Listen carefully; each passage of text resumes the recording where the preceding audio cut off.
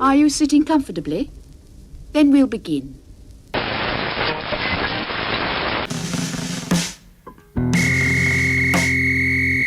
is the colour, soccer is the game.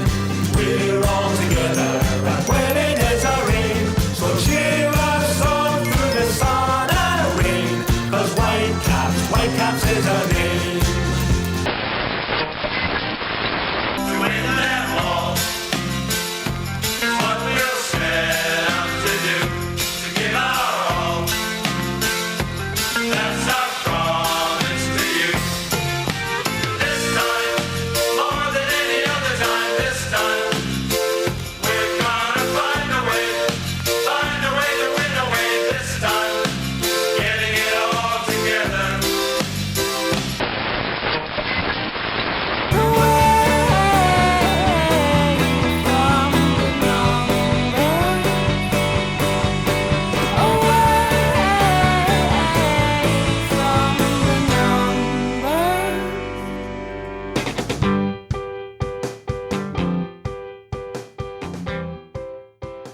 Well, hello and welcome to episode 79 of There's Still Time, the AFTN podcast.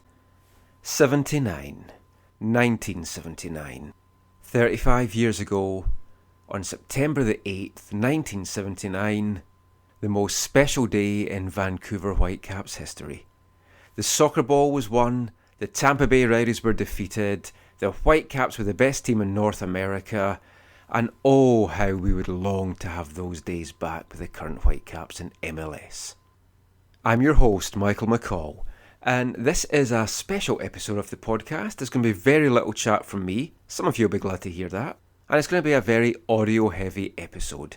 We're running with a Legends of Vancouver theme. We're going to hear a chat with NASL Whitecaps legend, Rangers legend, Scotland legend, and the only man to play for the Whitecaps and East Fife, Willie Johnston. We're going to hear from another legend from that time and current club president Bobby Lenarduzzi. Keeping the Vancouver legend kind of theme, we're going to speak to a guy that's been capped 78 times for Canada, current head coach of the San Jose Earthquakes, who are playing the Whitecaps on Wednesday. And ahead of that Earthquakes game, we're going to hear from Carl Robinson and some of the current Whitecaps players, and all of them would love to become legends of Vancouver themselves, winning the MLS Cup, Champions League glory as well, why not? So that's what we're going to have in this episode, and we're going to kick things off with, I think, what is my favourite ever interview I've done since we started doing these podcasts a couple of years ago.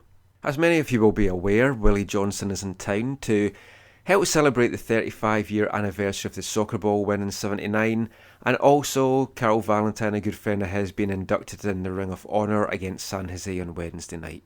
So I had the sincere pleasure of catching up with Willie at training before the DC game on Thursday. You're going to hear my chat with him. You're also going to hear from Mark Weber during it. Willie was doing a lot of interviews, so instead of us speaking to him separately, we just kind of did a joint interview. So I'm a little bit biased, but I feel it's worth blowing our own trumpet here. I think from all the media that Willie's done since he's been over here, this is going to be the most interesting and the most in-depth chat you're going to have with Willie Johnston on his return to Vancouver. We're going to kind of jump into the chat mid-interview because Willie and me were just kind of chewing the fat about his time at East Fife just before we kind of started the proper thing. So I've cut pretty much most of that out because I know that's of no interest to all you guys. So here we are, without any further ado, Scotland legend, Whitecaps legend, Mr. Willie Johnston. So was that the last team you played for? Was that East Fife? No, I played with Falkirk Reserves. All right, after I went as a coach to Falkirk with Clarkey. But I was only taking the reserve team. I had nothing to do with the first team. And I played at Clydebank one night and this boy nailed me.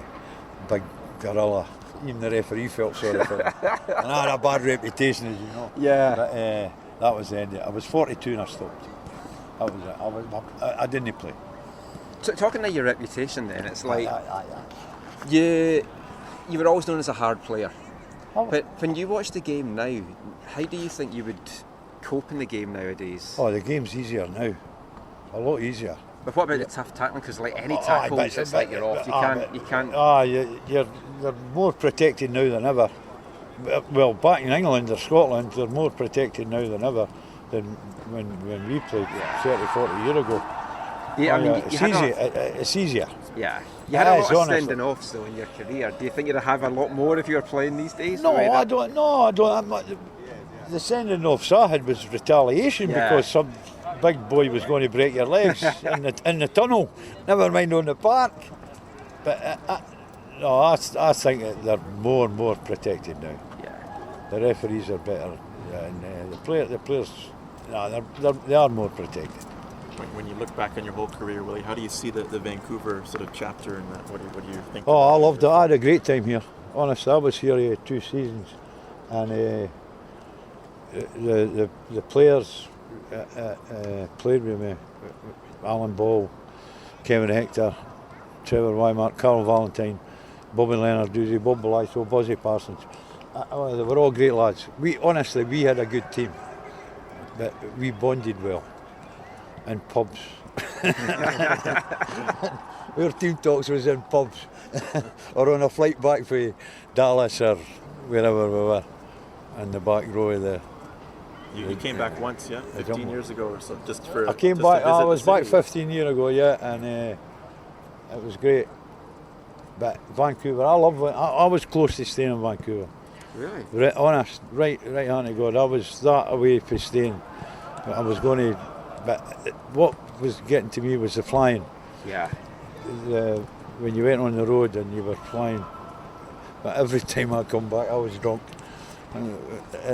I was reading in your autobiography, there's a story when you came back the second time, Bruce Grobbelaar had to wheel you off the plane just to a avoid all the wheelchair. media. Yeah. But they said I was injured, I wasn't, I was drunk. Me and Alan Ball. But no, honest, we had a great time in Vancouver. And when we won the Soccer Bowl, the crowd here was unbelievable. It was fantastic, it was, honestly. And a lot of great memories for me here. What's your overlasting memory of that season in '79 when you won the Soccer Bowl? Apart from like lifting the trophy at the end of it, what do you remember just about the whole build-up, all the games, the crowds? Oh, it was brilliant. The atmosphere, the when we went to the playoffs, and Tony Waiter says we got beaten one game. I can't remember whether it was Dallas or someplace, but we got beaten. He says no other teams ever. It was Los Angeles, I think. No other teams ever came back from losing the first game. And we beat them, and we beat the Cosmos and Derek Posse when he chipped the in the shootout thing, and that was a great night. And then we went back to New York and Tampa. We beat Tampa, and that was a fantastic night. But as I say, it was the fans. It was great for the fans, and they made it. When we came back here, there was 250,000 people waiting for us, and it was absolutely fantastic. What were you guys expecting when you came back? Did you think there would be big folk turnout No, like that? no. Me, myself, Roger Kenyon, I moved in with him. My wife had went back to Britain, and I moved in with Roger, and we that was our season finished, and me and Roger were just going to have a couple of quiet nights on the town, as they say. But when we came back, it was unbelievable. We couldn't go anywhere in the town without people buying you a drink or whatever they done for you. It was amazing. You're obviously remembered fondly for the way you played and the victory, Willie. But the swig of beer. Are you surprised? Were you aware of how much of kind of Whitecaps lore that? Honestly, that's the first time I've seen that ever. Yeah. And it was San Jose. It was doing in San Jose, and I remember it. I went to take the corner, and this wee boy shouted. He was a Scots boy, and he says, "Do you want a drink, Willie?" I said, "I love a drink." And I tell you, it was warm. I went, I gave him it back, and then I turned the corner and Peter Daniel scored, and that was it. But I wasn't thinking, they were all shouting for me to take the corner, but I was taking the bottle of beer. But it was warm, you know, but the beer was warmer. But I didn't realise it was going to be like that, you know. Like, there's so many stories that folk love to tell about you. Of course, there's the one in Seattle where you mooned Bruce Ree up. I done that here. I got fined $2,000 for that. That was a good one. Did you and Bruce ever make up after playing? No, I didn't get on well. I didn't. He was never my cup of tea. Even when I played with Scotland, and he was captain of Scotland. He always COS. COS. He always wrote that captain of Scotland. He was hopeless. But no, he spat that night in Ray Hankins' face, and that's what started it. and I went ballistic, and I'm shouting to Big Ray to nail him, and he wouldn't nail him, and I says, "Oh, nail him." He was a big bastard. But And who started the scrap against New York? I never started that. That wasn't me. Carlos Albero? No, he was kicking it. He started, but Escuderian, the right back. Oh, the He was Iranian guy. Iranian. Scotland had played Iran in Argentina. I was home by that time. You won't mess with that. No, you don't mention that. Have you watched these? Have you watched MLS at all? Are you how keen are you to see the game on it? Oh, I'm looking forward to it. Yeah, aye. But no, I still look for the results. You know, the Vancouver Whitecaps on the internet thing. You know. But no, as I say, it's great for me to come back. You know, honest. It is. Has anyone recognised you around town? No, Not yet. it's great. I'm going to Coquitlam to meet a few of the boys Oh, cool. in the British Legion and the John B pub.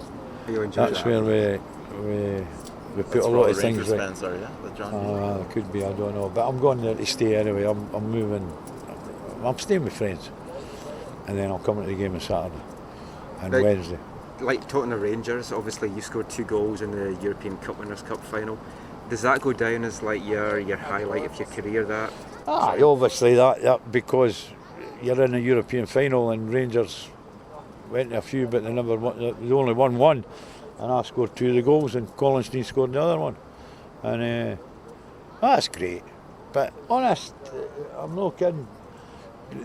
What we done in Vancouver was great also because, as I said, we had a lot of good players, and everybody says at that time we were all coming to the end, which probably we were. Most of us were coming to the end of our careers, but we still wanted to win something and win it for the city, you know. Now, when Tony Waiters brought you over, like he brought you over as a winger, he brought over Carol Valentine as a winger as well. It was kind of unusual in the game over here because no teams were really playing with wingers. Did that give you an advantage that you could kind of do stuff that other teams hadn't? Aye, but we had. You've got to get the ball, and the players in the middle of the park. I think the best signing Tony made was that season when he got Alan Ball, and Alan Ball settled the middle of the park down and released Marcel and Carl Valentine to do what we could do. But Alan Ball was a big help to the club.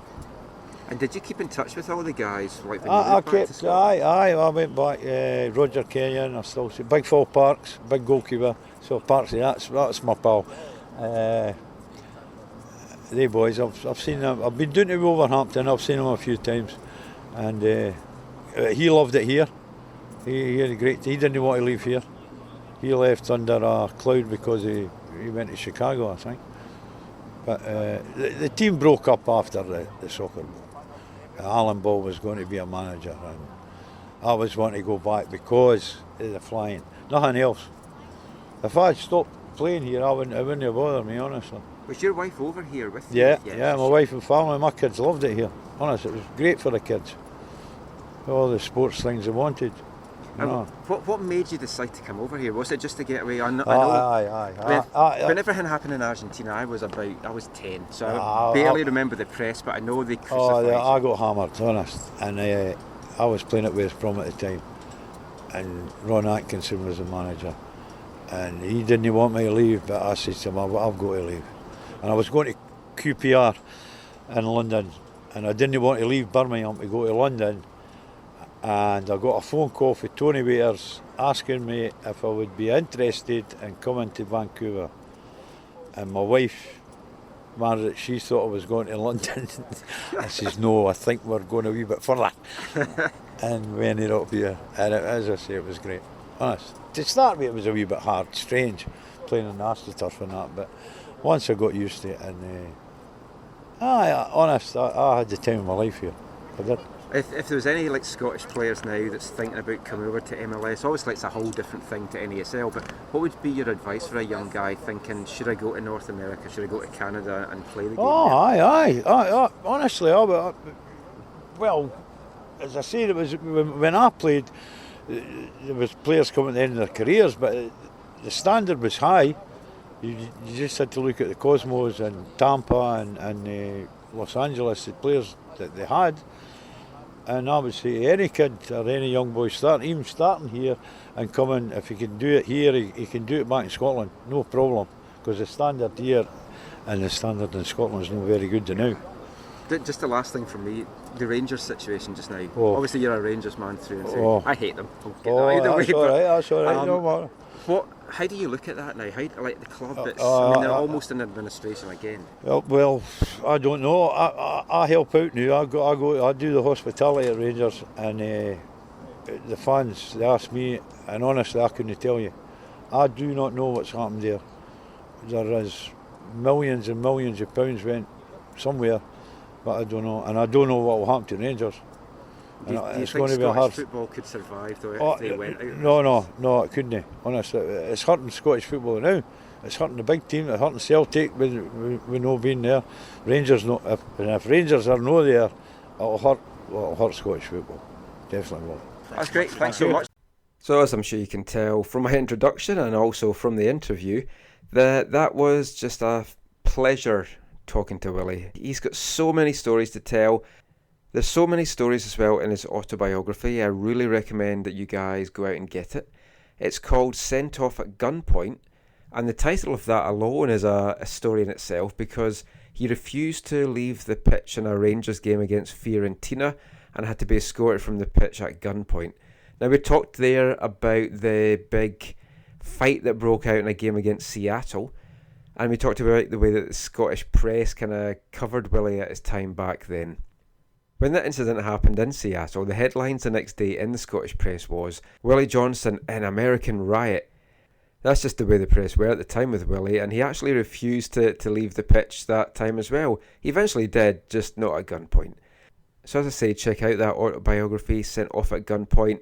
Loads of great stories in it about his whole career, including a lot of stuff at the Whitecaps. So next up on our show, we're going to move to another NASL legend. We're going to hear now from Bobby Lenarduzzi. Now, this was another interview we did last week, so I cut out little bits which was referencing the DC game. Sadly though, when you listen to this, a lot of what Bobby talked about last week, a week down the road, we're still kind of talking about the same things. No goals, where's the next goal going to come from, creativity, are the young players good enough, all that kind of stuff. So here's Bobby Lenarduzzi now, just talking about the current state of the Whitecaps, the chance of bringing in any new faces before the roster freeze. I asked him what would be classed as a successful season for the Whitecaps this year, whether they make the playoffs, whether they don't make the playoffs. So we look at all that stuff, and there's also a little bit at the end, just about the current situation regarding the plans to bring a USL Pro team to New Westminster. So here's Bobby Lenarduzzi. Well, what we'll need to do is get back to basics in terms of where the goals are going to come from. We still have guys that are capable of scoring goals, but we've obviously had a dry spell. I mean, I look back at our last two home games prior to Saturday's game, and the Dallas game, we had 30 shots on goal, scored 2 goals, should have had more.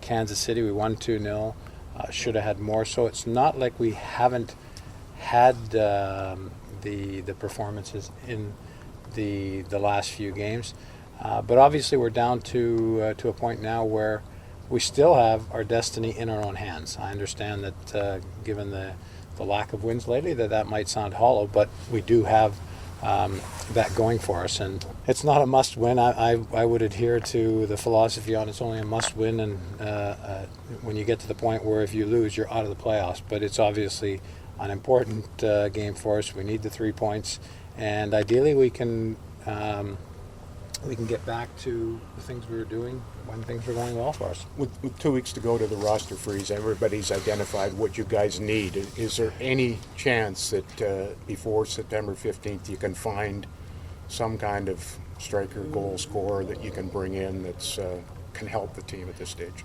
Yeah, we'll always look right up till the window closing, but I think that not just from a Whitecaps point of view, but also from the point of view of MLS in general. And we found that players coming from abroad have a tough time settling in. So to assume that we're going to solve that problem in the short term is probably unlikely, but we'll continue to pursue the options that are available and see if in fact we think that there is a player that is available that can make a difference in the stretch run. Bob, how about when you look at the fact, and you touched upon the fact that you had so many shots but you had so little goals. It's become a recurring theme in the fact that you haven't been able to pick up the points when you need to. Is there a concern, though, that a guy like Eric Hurtado, we saw what his best is, and maybe that's it, he's plateaued? Maybe the same thing with Darren. Not sure about Kakuta, he's still young, but you've got these guys who continue to get the chances, but who aren't finishing. Is there that concern there that maybe what we've seen is what they're capable of, and that's it, and it may not be good enough to get you over the hump? I wouldn't go that far. I think that they're players that have proven that they're dynamic and can score goals, and we've had attackers that have scored goals in bunches. Eric did that. Darren did that. And now we'll need for someone to step up in the stretch run here, and what a great opportunity for any one of those young players that gets that opportunity. But the thing that I think we've been consistent on from the start of the season, and when you take into account the difficult off season we had, I think if someone had looked ahead to this point and said you'll be 1 point out of a playoff spot, you'll have a game in hand, that we would have said, yeah, that'd be good, given that we're going into this season with a young squad and a new coach and a new coaching staff. The difference is that we're going into the stretch run and we're in a downward spiral. So we need to do everything we can to get ourselves out of that. And ultimately, when the season concludes, that's when we'll do the analysis of the season. But I'm still of the opinion that we have the right coach and the right coaching staff in place, and we've got a core of players that are all very young. I think we are have the youngest average age in the league. So what we'll need to do is look at what we need to add to that to actually get the best out of those young players and make us a more well-rounded squad. But would you agree this is a crucial time for this organization, the fact that you've had the momentum, you continue to get the good support, and that support could be in jeopardy if you don't get in with the way that this season started and the fact that you've only made the playoffs once? Right. I think what we need to do is try to manage expectations. I think most people looking at the squad from the outside would say there's a lot of young talent there that forms the core of a squad. That hasn't changed. Yeah. Whether those players have over the course of a season, that with youth comes adversity, and if that's what we're suffering right now, we're not going to abandon the long-term plans simply because things have almost predictably gone a way that you would expect when you have young players. So from my perspective, I don't feel like we're in a crunch stage from a franchise point of view. I believe that we're building, and there is a plan there, and we have a good core of players, we have a good coach, we have a good coaching staff, and ideally we make the playoffs. But if we don't throw the baby out with the bathwater. What would be seen as being a successful season from the end of October? Well, obviously making the play. I think we'd said from the outset that was our objective, was to make the playoffs. At the same time, acknowledging that we have a youthful squad, and we'd be looking for those players to step up. And for the most part, I think we've seen more than a few flashes from the young guys, and in the midst of transitioning some of the senior players, we've lost probably some of that leadership that young guys require. So my hope is that we go and we, in the stretch run, we perform better than we have done since we resumed play after the World Cup break, and that if that's enough to get us to the playoffs, that would be great. But if it's not, we're still in a building mode. You mentioned the young core, Bob. Is there any thought to, you probably got a lot of calls about some of these guys, is there any thought to trading for a veteran, or would you consider that would be sacrificing the long-term plan? I think we would always assess that type of opportunity and determine if in fact that move in the short term is something that will continue to be beneficial to us over the long haul. And if we don't think that, then we wouldn't pull the trigger. But there is a lot of interest in our players, and we've been accused of in the past of making too many changes. And now's the time to stay the course, in my opinion, and in the club's opinion, and we'll determine each opportunity for a player transaction on the basis of what is best for the long haul. Hey Bob, the deadline's coming up for the expansion. Can you bring us up to date how the process is coming into Westminster and where that? We are still we're still in the process of determining what the support is for the USL bid in New Westminster, and we're encouraged by the fact that there appears to be a number of groups that feel that an expansion or a USL team in New West would be good in general for the community.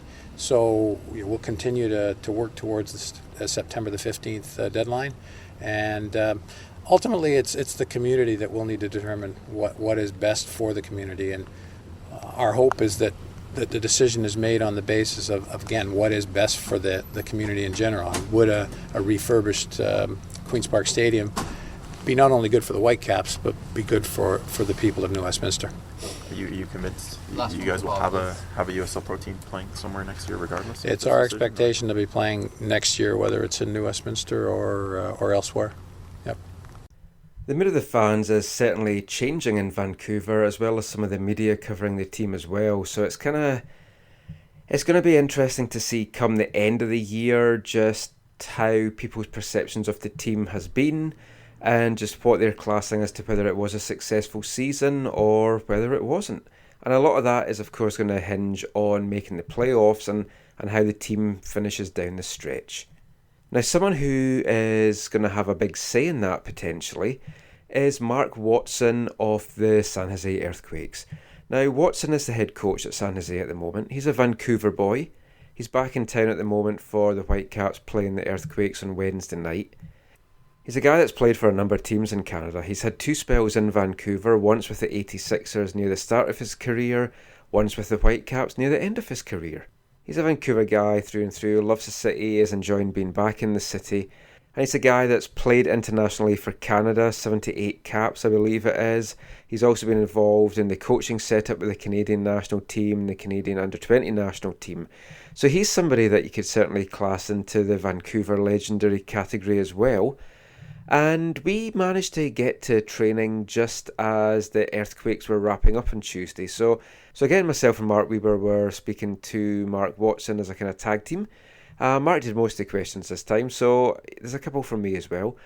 So here's Mark just talking about the current situation with the Earthquakes, how they're still in the playoff mix, what they're hoping for, and just some of the weird intricacies of the MLS schedule that sees the Earthquakes play in Portland 3 times and the Whitecaps twice in their season running. So here's Mark Watson. You would love to win, obviously, in Portland. What's the mood of the guys right now? I think the mood's good. I think there was disappointment after the game. Knowing that we had a lead, in the 85th minute. So that was disappointing. And we know we're at the stage of the season with where we are in the table and the number of games left that we need to win games to get where we want to be. So, a certain level of disappointment, but in the end, a point's not bad against those teams that are right above you. You didn't gain any ground, but you didn't lose any as well. So, but I think the team feels good, and we'll kind of get ourselves dusted off and get ready for another big game Wednesday night. Yeah. A win tomorrow and you're right back in the mix, basically? Yeah, these last few games are against the teams that are right above us, and they're in the positions that we want to be. So I wouldn't use the phrase 6-pointer, but it's they're really crucial games, and the results will probably have a big impact in terms of who finishes where. You've had a lot of injuries this year. See Lenny on the trip. Is that any chance he's back, or are there any guys are adding to the mix this weekend? No, there's been a lot of adversity, and recently we've had a bad spell with some guys that were in and doing really well for us. but our team's always been resilient that way, and whoever's been available has done in and given us everything they have. So, but it's tough to see some of those guys on the sidelines. They're getting closer. Carl's here sort of remaking a team in his image. You're doing your thing in San Jose and trying. The Gordon trade, obviously, everyone wants to chime in on that. How challenging is it to sort of balance that as you're trying to mold something in your image, and everyone just wants to make the playoffs, right? Yeah. There's a similarity, it seems, between the two clubs right now in that way. Yeah, I mean, it's a tough balance. We're trying to do certain things, but you still want to get results while you're doing it. So there's lots of challenges. I think every club has their own, in terms of injuries and different things that go on. But we just keep persevering, try to do the right things, on a big scale and on a day-to-day basis, and hopefully it works out. Yeah. Couldn't have asked for much more from Wando in the last 10 games since he's been back. Wando's been great. I mean, that's just typical Wando. He's actually really improved a lot in the last couple of years in so many ways. But that innate instinct to find the ball in those areas and then to add clinical finishing is incredible. But I wish I could say I was been surprised to see it. I'm not, because he's been doing it so long. But he's scored a lot of big goals for us. He always seems to do well against Vancouver as well. What do you think it is that brings the best out of him against the Whitecaps? I don't know if it's anything about Vancouver specifically. I think he scored goals against everyone. He's the guy you never take off the field. Sometimes he's not in the game, a lot, and he's someone though that the last minute of the game just pops up and scores you a goal. So he's a big part of our team. He does a lot of work off the ball too. He's got a good work rate, so he brings a lot to the table, and his goals are just so valuable for us. When you come in and face a team that's been shut out in 5-6, Mark, do you just kind of tell the guys to just frustrate these guys to be honest, we don't focus on that at all. We'll look at Vancouver on a more of a team perspective, and individual players and things we got to look at and focus on ourselves. We don't focus on that kind of stuff. We obviously know their situation, and we know they'll come out motivated. I don't know if that's a positive or a negative sometimes when teams have struggled to score goals. Because they're going to come out with so much fight and hunger. It can be a dangerous situation. So we'll look at them in those few ways, and focus on ourselves and our own performance. Had a better first 20 minutes than when I would have loved to have heard your halftime speech the last game here.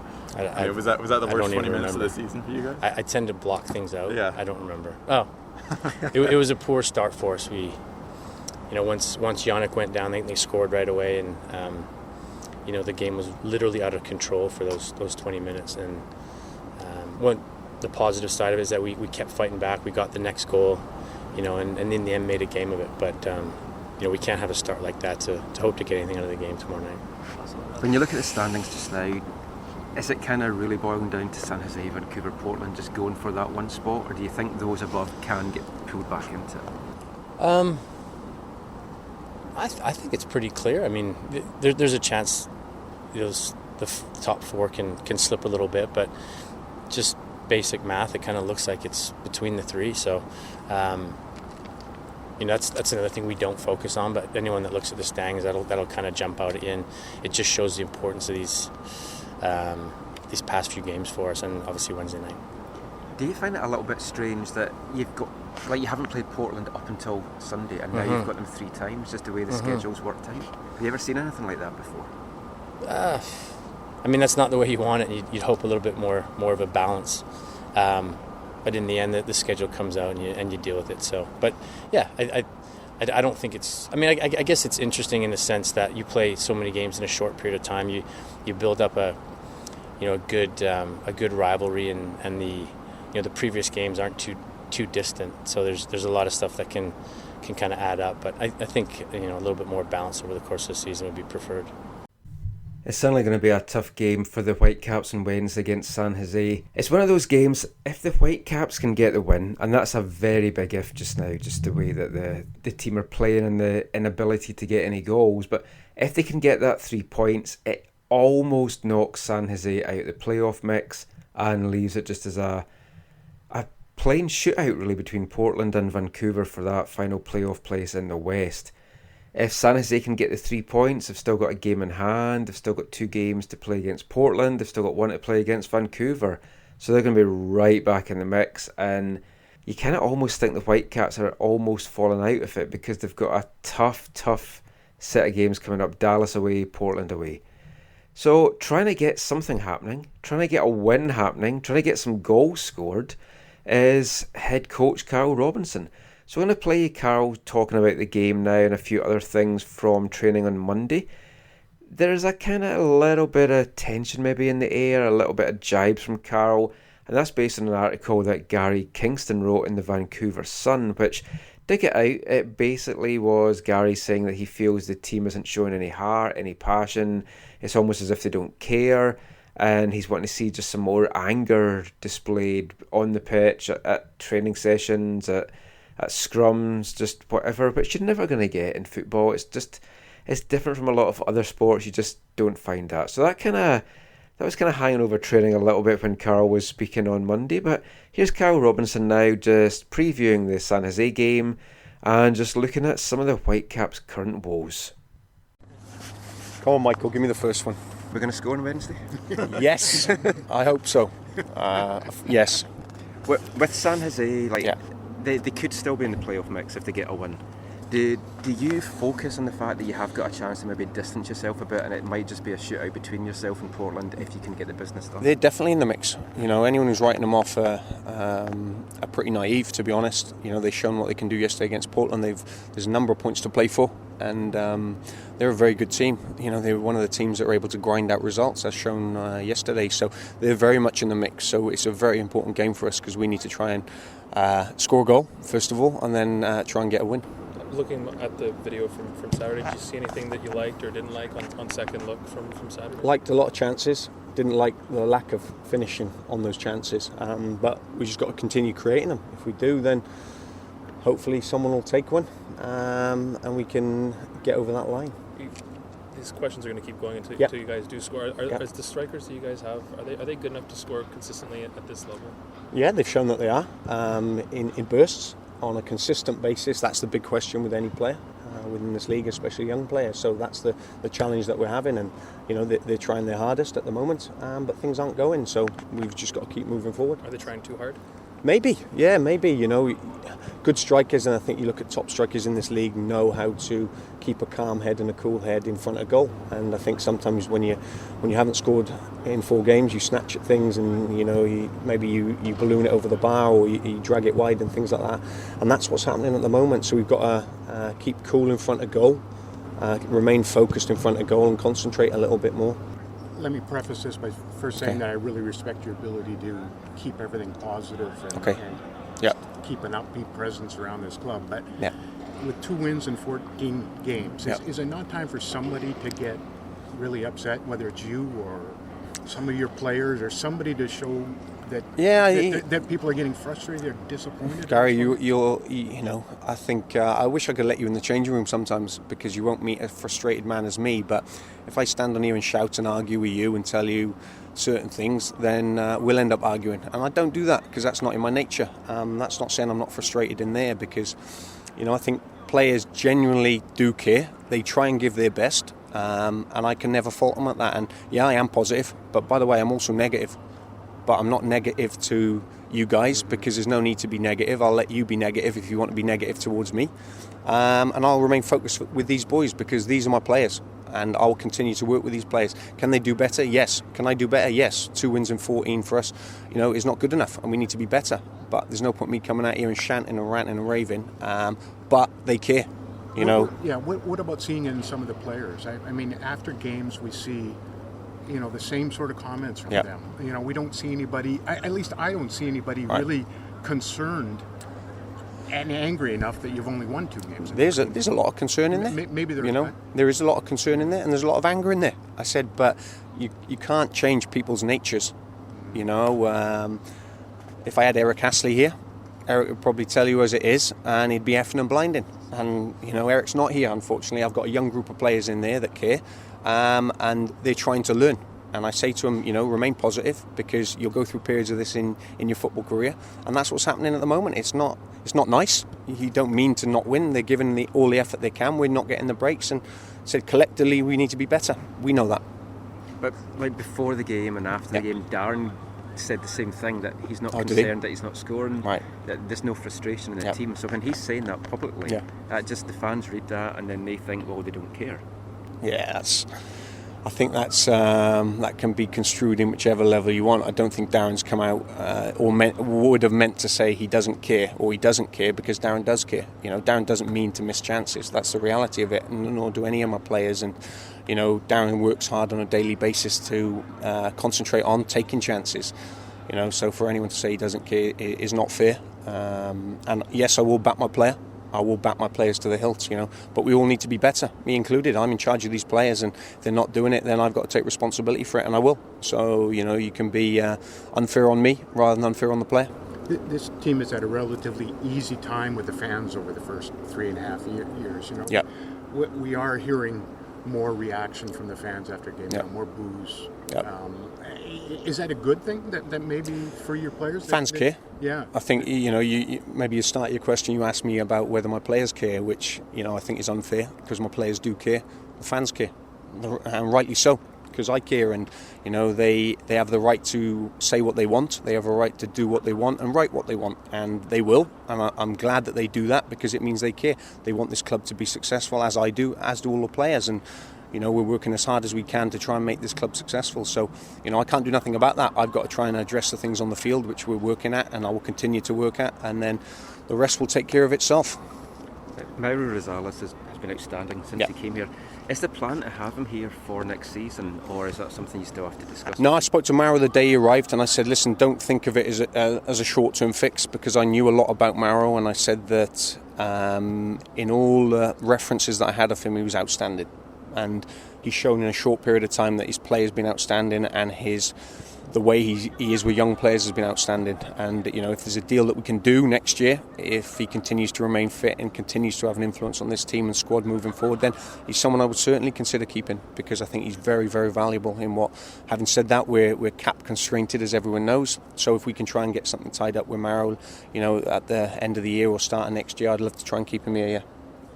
So that's some of the thoughts from Kyle Robinson there on the Whitecaps' current plight, how they can find goals, just a way forward, and the San Jose game. So let's hear some more now from the Whitecaps players about all those things. So we're going to hear from goalkeeper David Ousted, centre-back Andy O'Brien, and Eric Hurtado. Yeah, I saw a really sound defensive especially back four, but midfield as well, and a lot of hard work. I said to the guys when we got in, I don't think we were there against Portland. I don't think we had the work rate we should, but yesterday against DC it was impressive how much the guys ran, and I thought we were a little bit unlucky not getting that goal that could have gotten us 3 points. A lot of talk of the goal scoring lack thereof. Are the strikers on this team good enough to score consistently at this level, David? I think they are.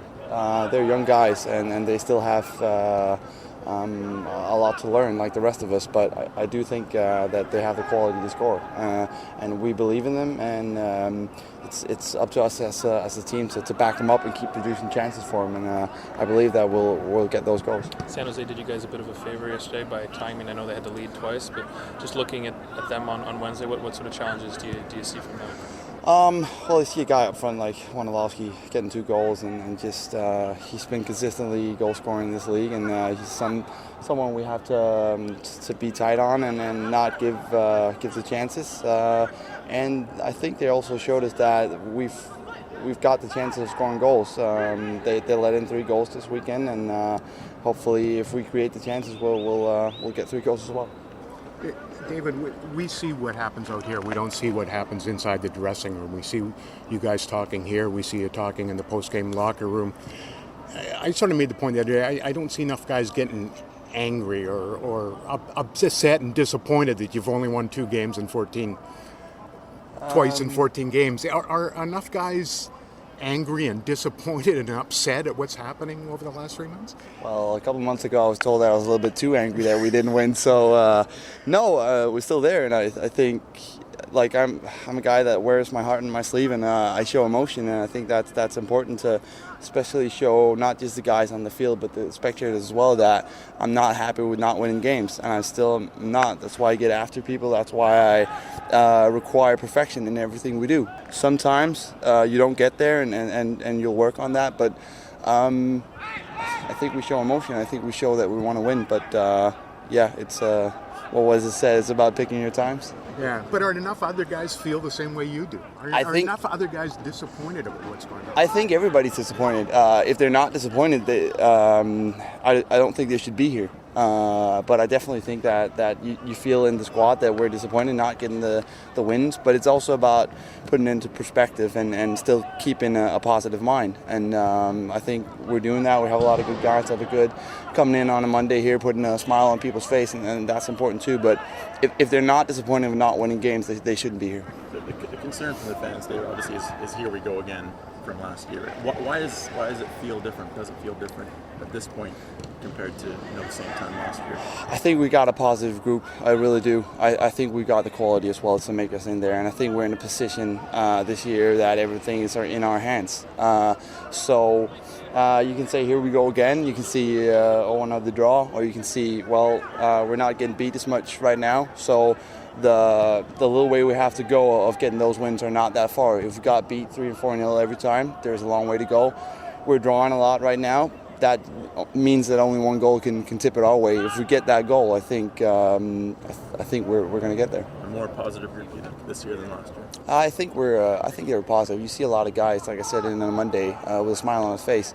It's about balancing that, being disappointed, and still coming into work Monday, believing that we've got the chance. What's it like as a player getting here in the booze at the end of the game? Do you understand that from the fans? I do. They're passionate as well, and like, we really need them behind us. I understand why after a game they're disappointed. They're just as disappointed as we are. So I understand the booze. As long as they show up next time and keep continuing the way they're doing, supporting us, I'm okay with them booing when we don't get the win. I know it's a team effort, but how frustrating is it for you to do your job, keeping a clean sheet, and still not getting the wins after that? It's a part of the game, isn't it? I'm happy with getting the clean sheets. I'm happy getting those points that way. But it's still it's a team effort, and I'm not happy with us not winning.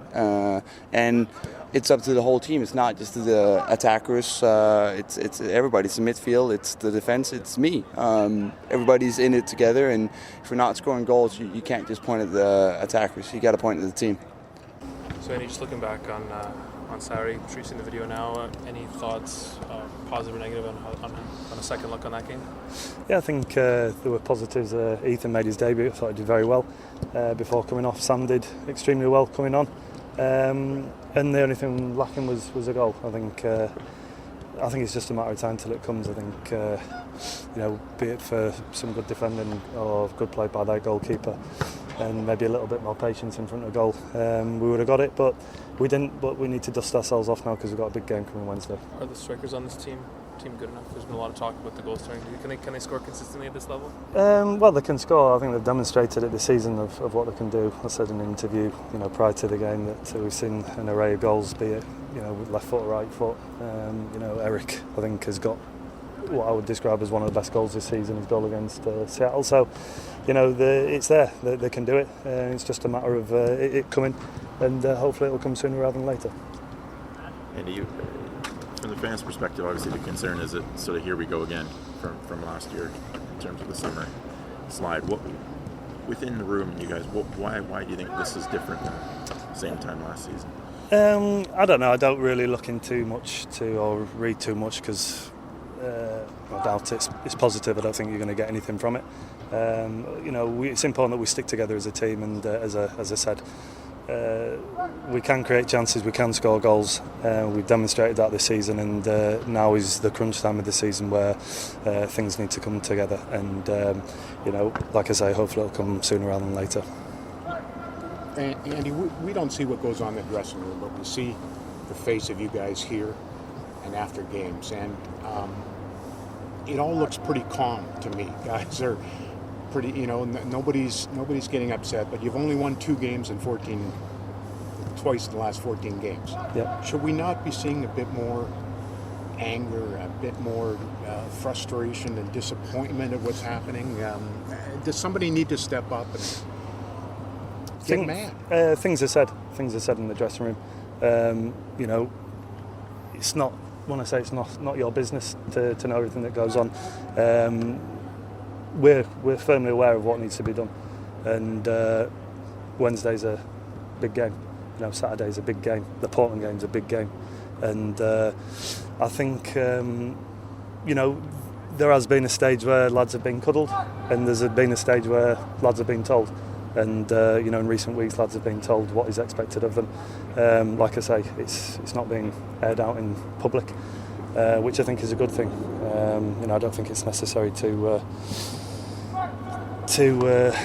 how should I say, let people's feelings be known to everybody out there. But certainly inside, lads are aware of what needs to be done. Yeah. Do you understand that fans seem to be getting a bit more restless? You guys heard some boos. I think it's good. I think it shows how much the club has, or the expectation has grown in the 2 years that I've been here. It was when I first came to the club, it was a nice atmosphere, especially from the culture that I'd been to. But I can feel that pressure building and the tension building. I think it's great. I think it's testament to where the club has gone, is wanting to go. And it's a good lesson for the young boys, because that's what the game's about. San Jose's coming in off a 3-3 draw with Portland, which is a bit of a favour for you guys in a way, but they also had lead twice. What are you expecting from them on? I think they're a really good team. I think they weathered the storm against Portland in the first sort of 10-15 minutes. Then probably should have been more than 1 goal up at half time. Got the second, got pegged back, went 3-2 up, and then a minute later concede. But I think they've got some very good players. I think Salinas is a good player, Wondolowski is a great player, Bush had a very good game. And they're not going to be an easy game for us. I don't read anything into the statistics or the tables at the minute. We need to concentrate on what's important to us, which is scoring goals and keeping clean sheets. A win for San Jose on Wednesday could put them right back in the playoff mix. Do you guys talk that you've got the chance to knock them out of the playoff mix with a win? No, we're not concentrating too much on anything but ourselves. I think the Portland game is going to be billed as a very big game when we play them. But we need to put ourselves in as good a position as possible going into that game, and even after that game there's big games. So we stressed the game that we played against Portland here, that had we won there was still a lot of work to be done, and I firmly believe that that's still the case. Your thoughts on the match against San Jose tomorrow? Thoughts on the match tomorrow for San Jose? I think it's going to be a good game. If I recall correctly, last time we played them, we won and we scored 3 goals in the first half, so we're just looking to build off that. How does this team get back to scoring? Like I just said, we got to build off the last time we played San Jose. We scored 3 goals in the first half, so we're confident in going out there and getting opportunities and creating chances. And I think once we start scoring goals and getting that momentum, then we're going to hit the roller coaster and just keep going. Do you think the team needs to be taking more shots on target? If you shoot, you score. You can't score without shooting. So I feel like we have a confident team right now. And in training, we're working on our finishing, and just got to be ready for tomorrow. As a younger guy, how hard is it to block out the noise, whether it's media, whether it's fans, smatterings of boos and games, and promos after, all that kind of stuff? Has that been a big learning process stepping up to this level? I don't really look at it negatively. It means that they care. Obviously, as fans, they care. They want us to do well as a team, and that's good to know that they want us to do well. And we're doing everything we can on the training field, doing extra finishing as forwards to get goals, and our defense has been good. They had a shutout last game, and just got to keep going forward from there. Knowing that there's a lot of pressure on you guys to kind of score, and the fans and media, they're talking about already looking at replacement strikers. Does that put extra pressure on you? I mean, do you go out there thinking, I need to score, I have to get a goal, otherwise my place at the club might be even at risk? I don't look at that at all. That's negative thinking and negative talk. I don't like having that in my life, and I know the team doesn't like having that in the locker room. So we just got to be positive, and people can say what they want to say, bring in new strikers, bring in new players, but at the end of the day, our job is to try and create chances and try and score. And whether or not people are saying it or people aren't saying it, we know that's our job. So it's not added pressure when people start talking, because we're soccer players, we've been playing it our whole lives, and we know what our job requires. So what will Wednesday night hold in store for the Whitecaps? We'll wait and see. Will there be goals? Kind of a little bit hard to see it. I think the Whitecaps will score. I'm going to make a prediction of 2-1 though to San Jose. Mauro Rosales, I think, will get the goal for the Whitecaps. If that happens, then the Whitecaps are in for a really tough end of the season. Hope I'm wrong. Hope the Whitecaps can get it done. It is going to be tough though, and we'll just see what the game brings. So thanks for listening to this episode. I hope you've enjoyed it.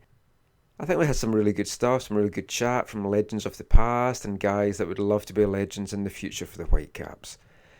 I've been Michael McCall. You can find me online on Twitter at AFTN Canada.